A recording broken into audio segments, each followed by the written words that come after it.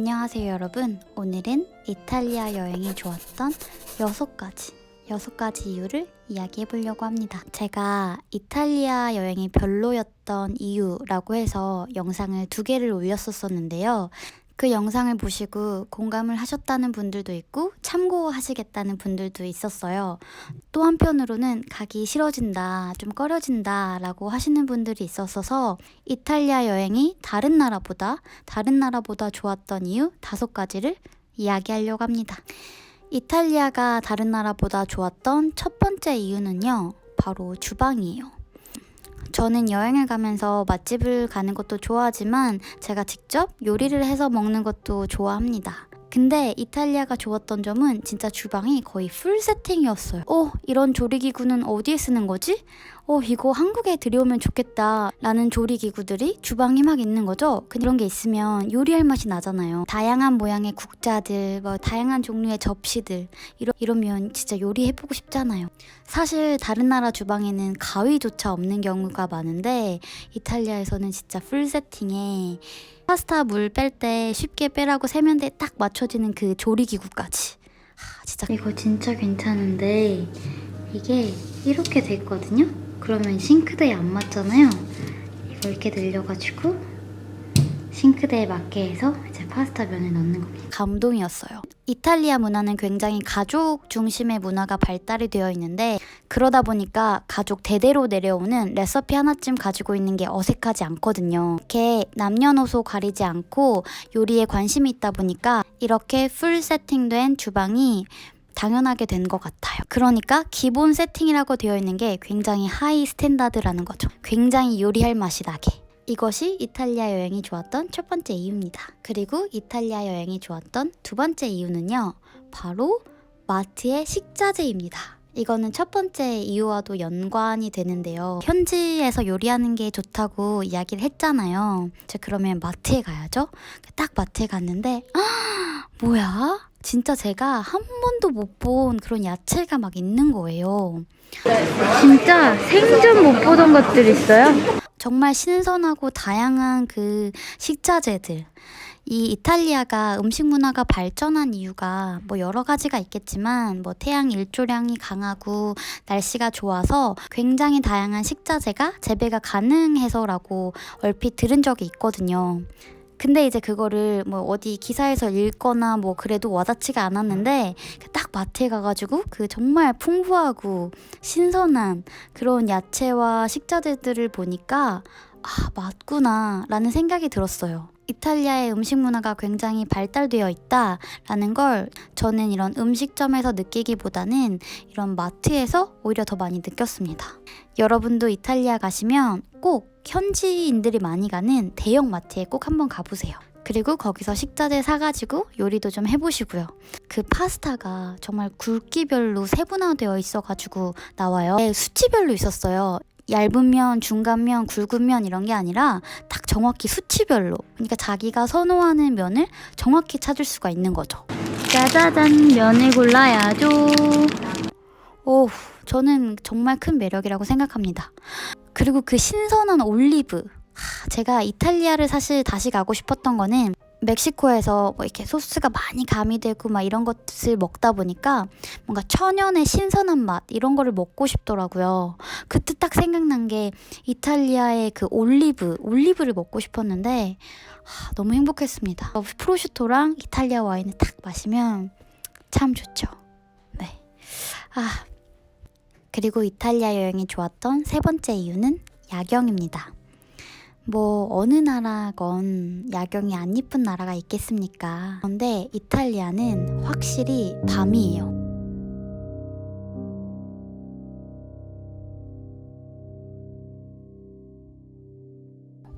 저는 그렇게 생각해요.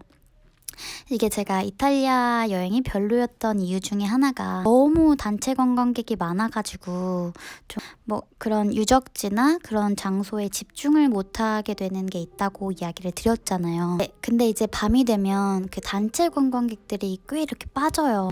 단체 관광객들을 밤까지 뺑뺑이 돌리는 여행사는 없으니까 이제 그러면 사람들이 쫙 어느 정도 빠지고 이렇게 2-3명이 소근소근 여기저기서 이제 이야기하고 하는 그런 사람들만 거리를 채우고 그 조명들이 은은하게 올라오면 그때서야 비로소 이게 이탈리아구나. 그때서야 이탈리아가 숨었다가 이렇게 나오는 느낌이에요. 좀 너무 시적이었나요? 한 손에는 와인이나 맥주 딱 들고 이렇게 걸어가면서 그냥 모퉁이마다 유적지가 있거든요. 그 모퉁이마다 유적지 있는 거 딱 바라보면 넌 여기 왜 있는 거니?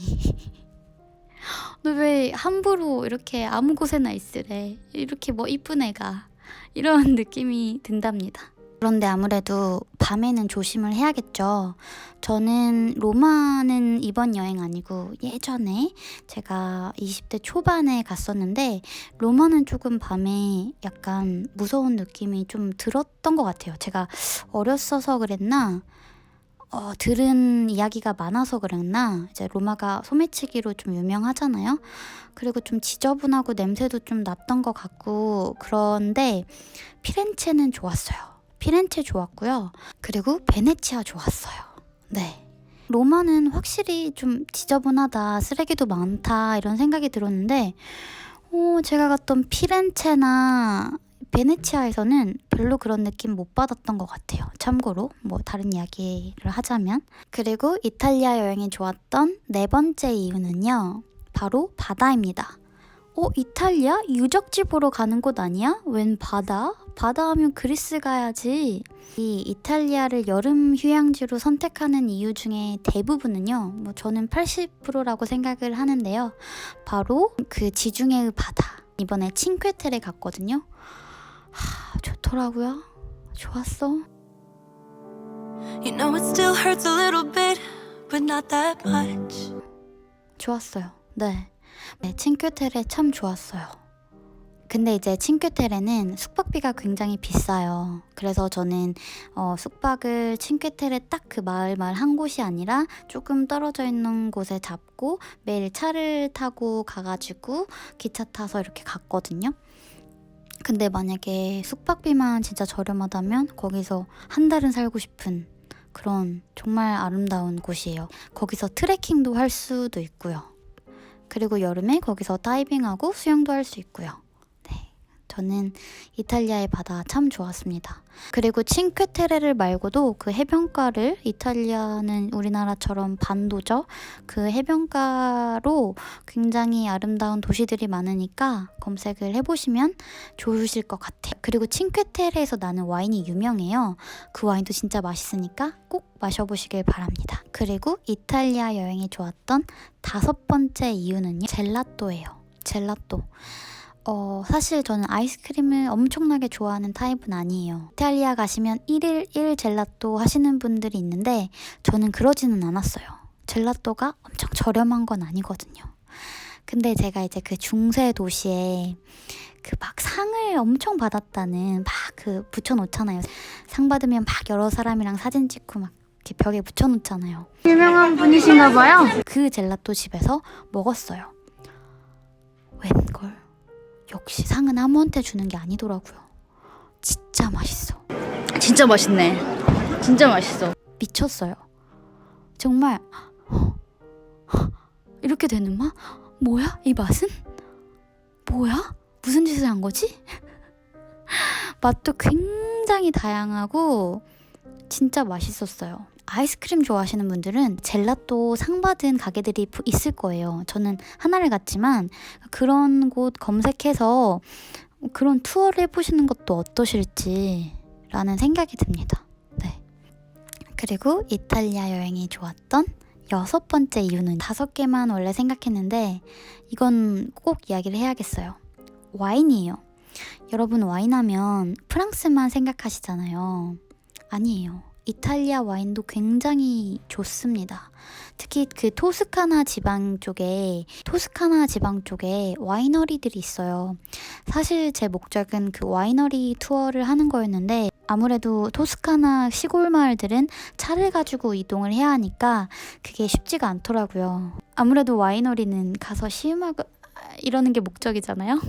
이제 근데 와이너리들이 그렇게 분포가 되어 있으니까 거기에서 이제 그 마을마다 와이너리 샵에서 이렇게 와인 테이스팅 해주고 그 와인 사서 마시고 이러는 경험들이 저한테는 굉장히 좋았어요. 와인 가격도 괜찮고요. 네. 근데 여러분 제가 한번 영상에도 이야기했지만 너무 저렴한 근본 없는 와인들은 마시면 안 됩니다. 진짜 숙취가 심해요. 안 돼. 특히 너무 저렴한 화이트 와인이랑 스파클링 와인, 네, 하루를 망치게 될 수도 있습니다. 번외로 이야기를 하자면 저는 그 토스카나 시골 여행하면서 농가민박에서 지냈거든요. 그 농가민박에서 지내면 제 숙소 말고도 아마 많이들 그럴 텐데 아침에 직접 만든 치즈, 홈메이드 케이크 이런 걸로 아침을 주거든요. 와우. 와우. 좋은데? 그게 그렇게 좋아요, 여러분도? 네. 그니까 이탈리아는 약간 요런 게 있어요. 이렇게 좋은 거 확 좋고 안 좋은 거 확 안 좋아가지고 뭔가 저한테는 안 좋은 저점을 찍는 경우가 여행 중에 많지 않거든요. 솔직히 여행 다니면 이러잖아요. 좋잖아요. 뭘 해도 좋잖아요. 그렇기 때문에 여행 중에 저점을 찍는 경우가 많이 없는데 이탈리아에서는 저점을 찍는 경우가 좀 여러 번 있었어가지고 별로였다는 거지 이탈리아 전체가 별로다. 이런 게 절대 아니라는 거를 아셔야 돼요. 또 제가 이렇게 이탈리아 좋은 점을 이야기했다고 그래서 좋다는 거야? 뭐야? 라고 이제 하실 수가 있어요.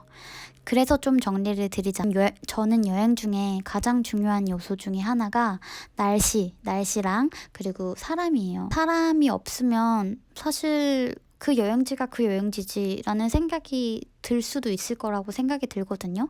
그러다 보면은 감흥도 사라지고 그 사람들의 라이프 스타일을 보고 어떤 생각을 하고 어떤 세계관을 가지고 이런 거를 알아가는 게 제 여행의 정말 큰 행복이란 말이에요.